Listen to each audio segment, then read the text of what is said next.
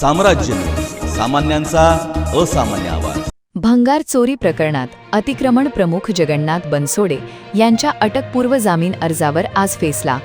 सोलापूर महापालिकेच्या भंगार चोरी प्रकरणात अतिक्रमण प्रमुख जगन्नाथ बनसोडे व इतरांविरोधात सदर बाजार पोलीस ठाण्यात गुन्हा दाखल करण्यात आला आहे।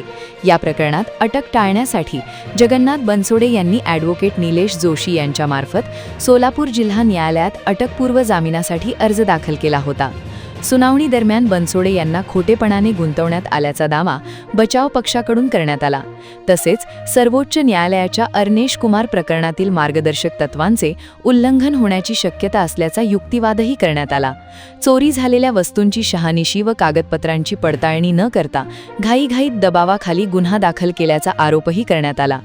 दोन्ही बाजूंचा युक्तिवाद ऐकल्यानंतर जिल्हा व सत्र न्यायाधीश SV केंद्रे यांनी अंतरिम अटकपूर्व जामीन अर्जावरील आदेशासाठी आज तारीख ठेवली असून आता न्यायालयाच्या निर्णयाकडे लक्ष लागले आहे।